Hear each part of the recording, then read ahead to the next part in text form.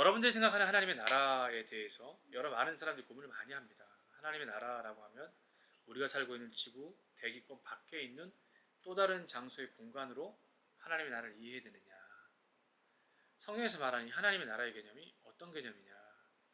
천국이라고 하는 하늘천에 있는 나라 국자 써서 하늘에 있는 나라라고 이해해야 되느냐. 그러니까 하나님의 나라, 천국은 성경적으로 본다면 더 킹덤 오브 갓이라고 하는 표현이 가장 명확합니다. 하나님의 말 그대로 나라를 말하는 거거든요. 이 하나님의 나라는 우리가 생각하는 어떤 시간적 혹은 공간적인 특정한 지구 밖의 한 영역을 말하는 것이 아니다. 이 신약 성경에 나와 있는 하나님의 나라 더 킹덤 오브 갓이라고 하는 이 바실레이라고 하는 이 개념 자체는 하나님이 머무시는 모든 것이 하나님의 나라가 되어져요. 그러니까 우리가 이 땅을 살아가면서 예수 믿는 사람들이 하나님의 나라를 맛보고 살아야 되는 게 정상입니다. 하나님의 나라를 맛보지 못하죠. 어려워해요. 우리가 하나님의 나라가 우리 가운데 임한다라는 말이 여러분한테 너무 어렵게 느껴지는 거예요. 그 개념이 어떤 의미인지 아십니까? 하나님의 나라가 나한테 임한다라는 게. 한번 생각해 봤어요? 저 분명히 말씀드리지만 지금 이 시간에 성경 공부하는 분들이 오늘 제가 말씀드리는 하나님 나라의 임함을 정확하게 이해할 수 있어야 돼요. 그렇지 않으면 이 땅을 살아가면서 진짜 안타까운 그리스도인의 삶을 살아가게 되죠. 예수 믿고 나서도 종교 생활이 되고 예수 믿고 나서도 행복한 생활이 아니고 예수 믿고 나서도 힘들고 고달픈 인생 여정이 된다고요.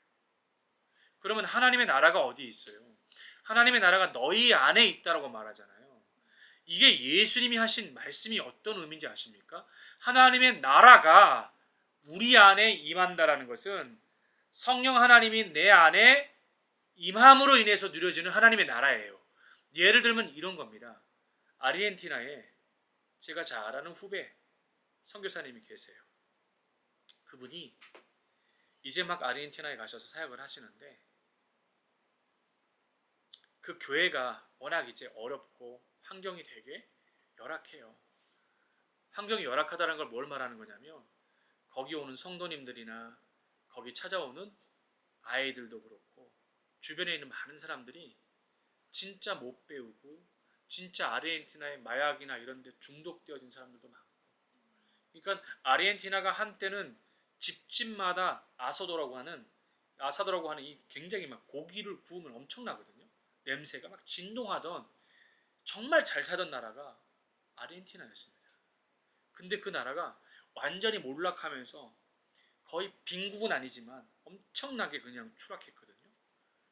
근데 사람들이 점점 고달픈 인생길 가운데 살아가다 보니까 아이들도 갖고 점점 마약에 손을 대기 시작을 하는 거예요.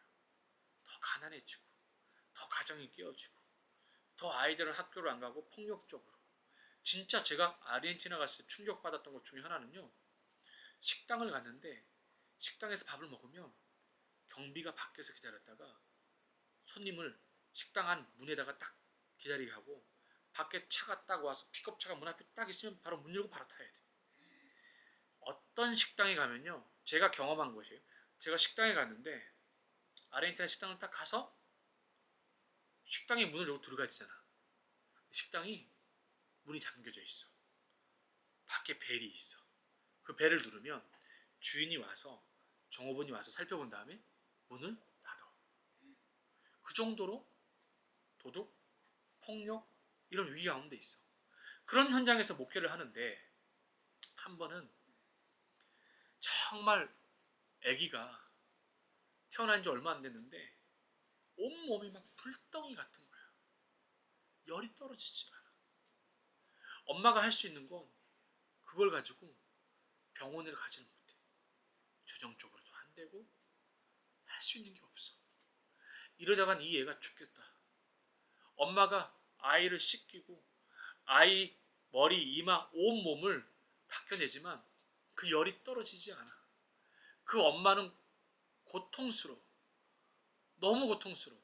차라리 내가 아팠으면 좋겠어. 근데 이 아이가 무슨 이유 때문인지 모르겠지만 너무 고통스러워하고 아기가 이렇게 두면 정말 죽을 것 같은데 그때 아무것도 할 수 없던 그 순간에 떠올랐던 게 뭐냐면 자기 마을 한복판에 세워진 교회였어. 그래서 그 교회를 향해서 아기를 안고 뛰어 달려왔어. 그 순간에 그가 할 수 있는 마지막 방법이 그거였어. 그리고 그 아이를 사역자 모여진 성도들 앞에 데려놨어. 그리고 그들이 하나님 앞에 통곡을 하며 기도하기 시작했어.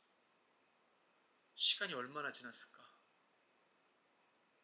그 아이가 온몸이 불덩이가 되고 불덩이에서 넘어서서 죽을 것 같이 보이던 그 아이가 온몸이 열이 싹 빠져나가고 그 순간에 아이 얼굴이 너무 평안해. 그때 하나님의 나라가 어디에 임한지 아세요? 그 아이에게 임했고 그 어머니의 마음에 하나님의 나라가 임하는 거야. 하나님의 나라의 임함의 개념을 이론적으로 받아들이면 안 돼요. 내 안에 두렵고 고통스러운 순간이 주의 말씀을 통해서 하나님 앞에 무릎 꿇는 그 순간을 통해서 내 안에 샬롬의 평안이 가득히 들어오는 것이 하나님의 나라가 그 순간에 임하는 거야. 교회가 문제가 있고 어려움에 처해져 있다가 성도들이 기도함을 통해서 그 교회에 다시금 하나님의 예배와 임재가 교회 안에 불일 듯 일어나는 우리가 예배하고 있구나. 그 순간에 하나님의 나라가 거기서 임하는 거예요. 성도들이 다툼과 미움과 분열과 겹겹이 아니라 함께하는 것이 행복하고 함께 세워주는 것이 행복하고 함께 누군가를 높여주는 것이 행복하고 내가 드러나지 않지만 서번티십으로 살아가지만 이 삶이 너무 기쁜 거. 내가 담임 목사가 아니지만 내가 부교육자로 살아가지 않지만 내가 하나님 나라를 향해서 뭔가를 할 수 있다라고 하는 거. 이것이 기쁨이고 이것이 즐거움이고 이것이 행복이고 가정의 다툼과 분열 엄마 아빠가 폭력에 시달리다가 그곳 가운데 하나님의 말씀의 은혜를 통해서 회개함과 깨달음을 통해 집에 돌아와서 남편을 향해 여보 내가 잘못했어요. 내가 미안해요. 남편이 아내를 향해서 그 사과를 받아주고 그 순간이 하나님의 나라가 우리 안에 임하는 거예요. 이 하나님의 나라가 임하는 영적인 교훈이 깨달아지지 않으면 우리는 이 땅에서 예수 믿는 이유가 없어요. 이 땅에서 하나님 나라를 경험하지 못하는데 뭐하러 그곳에서 하나님 나라를 경험하려고 그래요. 예수 믿고 나서도 이 땅에서의 삶이 그렇게 지옥 같은데 그럼 왜 예수를 왜 믿어야 되죠? 이게 하나님 나라의 임함입니다. 더 킹덤 오브 갓이라고 하는. 그래서 주님이 다시 오실 때 이 땅에 더 이상 눈물이 사라지고 슬픔이 사라지고 고통이 사라지고 그 모든 것들이 사라질 때 우리 가운데 완전한 하나님의 나라가 임하는 겁니다. 이해되면 아멘. 이 모든 이 땅의 피조 세계에 완성된 하나님의 나라. 그 하나님 나라를 어렵게 설명하면 안 돼. 이게 바로 진짜 하나님의 나라입니다. 그 하나님 나라가 저는 우리 가정, 여기 가정, 저기 가정, 여기 가정 그렇게 하나님 나라가 온전하게 임하게 되기를 간절히 소망합니다.